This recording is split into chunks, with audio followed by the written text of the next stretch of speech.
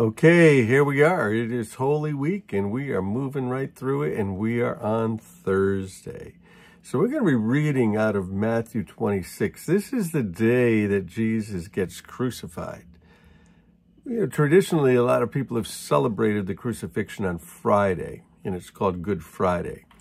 But it doesn't really work if you do the math, 3 days and 3 nights. It just doesn't work, the math. So it was Thursday, and what's going on right now on Thursday is Jesus has been up all night long, through the night into the morning, at these trials by the religious authorities. Now, the trials by the religious authorities. And they're trying to find something wrong with him. They're trying to find some way to condemn him. It gets to this place where Jesus is arrested in verse 47, and they bring him to the house of the Sanhedrin. 26:57. Those who had arrested Jesus took him to Caiaphas, the high priest, where the teachers of the law and the elders were assembled. They're all waiting for him. But Peter follows at a distance, right up to the courtyard of the high priest, and he entered and he sat down with the guards to see the outcome, what's going to happen to Jesus. The chief priests and the whole Sanhedrin were looking for false evidence against Jesus so they could put him to death. This is religious, the craziness, the folly of religion, the foolishness of religion. But they didn't find any, though many false witnesses came forward. They just couldn't collaborate their stories because they were all lying. Finally, 2 came forward and they said, this guy said, I'm able to destroy the temple of God and rebuild it again in 3 days. And the high priest stood up and he said to Jesus, Are you not going to answer this? What's this testimony that these men are saying? But Jesus remained silent. Well, that's to fulfill the prophecy that said, as a sheep is silent before his shearers, so would Jesus be before his accusers. And the high priest said, I charge you under oath by the living God. Tell us, are you the Messiah, the Son of God? And Jesus said, you've said it. You said so. But I say to you, from now on, you'll see the Son of Man sitting at the right hand of the Mighty One, coming on the clouds of heaven. Jesus is going to die. He's going to resurrect. He's going to ascend into heaven. And he's going to rule there forever and ever and ever. So it goes on all through the night, and so we have this trial all through the night, and you have to put all the Gospels together to figure out exactly what's going on. So then it gets to be about 6 o'clock in the morning, and Peter denies him again. Verse 69, Peter's sitting out in the courtyard, and this girl comes out. She said, you're a Gentile. He said, no, I'm not. And she said, yeah, your accent tells me who you are. You're from Galilee. You were Jesus from Galilee. So Jesus is denied by Peter, and then it moves to the next trial. So you see Judas hangs himself. He's all remorseful of what was going on, and they paid the 30 pieces of silver, which was according to the prophecies that this would happen to Jesus exactly like that. Then you have more here in chapter 27. What's going to happen here is he's going to now go to the civil trials, because he has gone to the religious trials all night long, and now they're going to bring him to Pilate. And they're going to bring him to Pilate, and they're going to ask Pilate if Pilate would execute capital judgment on him. And so the civil trials of Jesus, he goes to Pilate, he goes to Herod, he goes back to Pilate again. And Pilate's just, he's locked in between a rock and a hard place, and his wife told him not to do it. His wife says that he's innocent. He says that he's innocent. It's amazing, all these people that are saying that Jesus is innocent, but the chief priests and the teachers of the law and the Sanhedrin, the Pharisees, are trying to say that he's guilty. Guilty of what? So we move on, chapter 27. You find the soldiers are mocking him. You find the crucifixion of Jesus on this Thursday. And then you find the death of Jesus.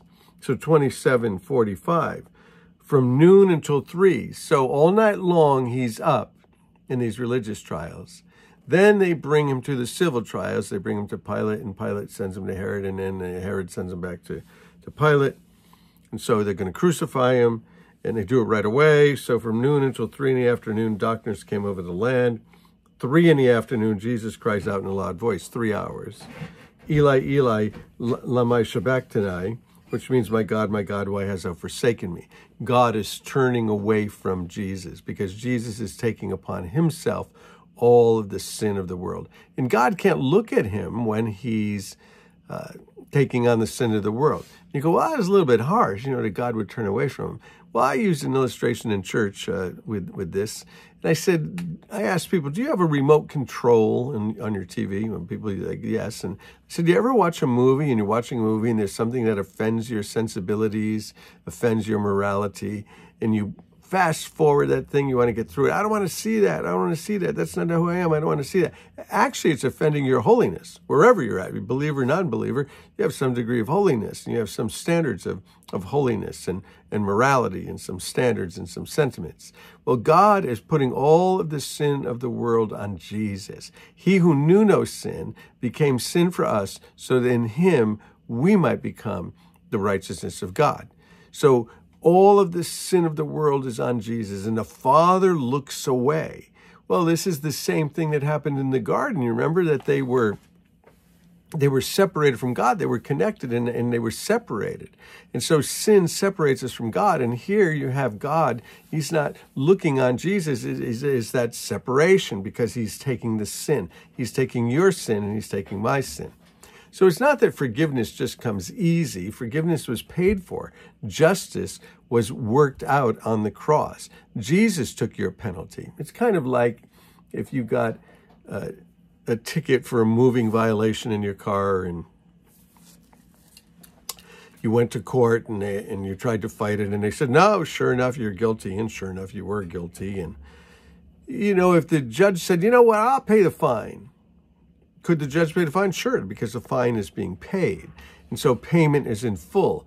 And so Jesus is the substitutionary death. You see, he takes our place. You were not in the garden sinning like your grandparents, Adam and Eve, and that sin was passed on to us, but neither were you on the cross dying for sin. Jesus took that sin. So you have the death of Jesus, God looking away. You have the burial of Jesus. They're putting him into the ground. They're putting Jesus into the ground. It says at evening, verse 57, at his evening approached, there was a rich man named from Arimathea. His name was Joseph. And he himself had become a disciple of Jesus. Some of these religious leaders, they were like, you know what? I don't like what these guys are doing. I'm not going along with the program. They become believers. They stand out from the crowd. They step out and say, this is just nonsense. We can't keep doing this. So he went to Pilate. Obviously, he had some kind of friendship with Pilate. He could just go in and ask him. And he asked for Jesus' body. And Pilate said, all right, go, give it to him. And so Pilate took the body. He wrapped it with a clean linen cloth. Some people think that's the shroud of Turin. And placed it in his own new tomb that he had cut out of rock. So he had a brand new tomb. He cuts it out. It's a family tomb. It's a rich man's tomb. This is to fulfill the prophecy where it says about Jesus that he would be crucified with criminals, but he would also be crucified with the rich. Well, here it is. Now he's in a rich man's tomb. Jesus was born poor, He was born into a poor family. When they offered the offering that they were supposed to offer in a temple, they offered the offering of poor people. And Jesus became poor for our sake so that we might become rich in him. Joseph placed the linen cloth on him, put him in the new tomb. I can't get away without saying it every time I say it. This particular verse, I tell the same thing over and over again.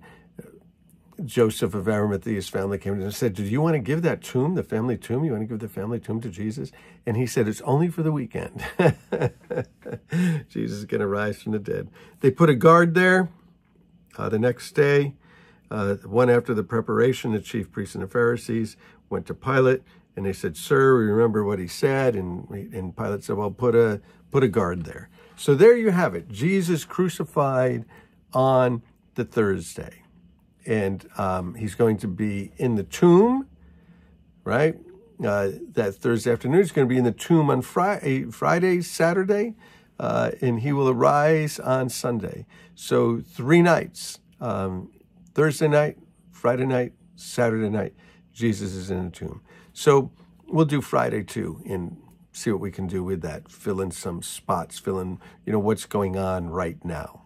really, we should not do anything. We should maybe just put the video on and let it play for 10 minutes of silence, because nothing's really happening. He's in the grave. He's dead. So there we go. We will pick up on Friday. So the last week in the life and the ministry of Jesus. Hey, love you guys. Bless you.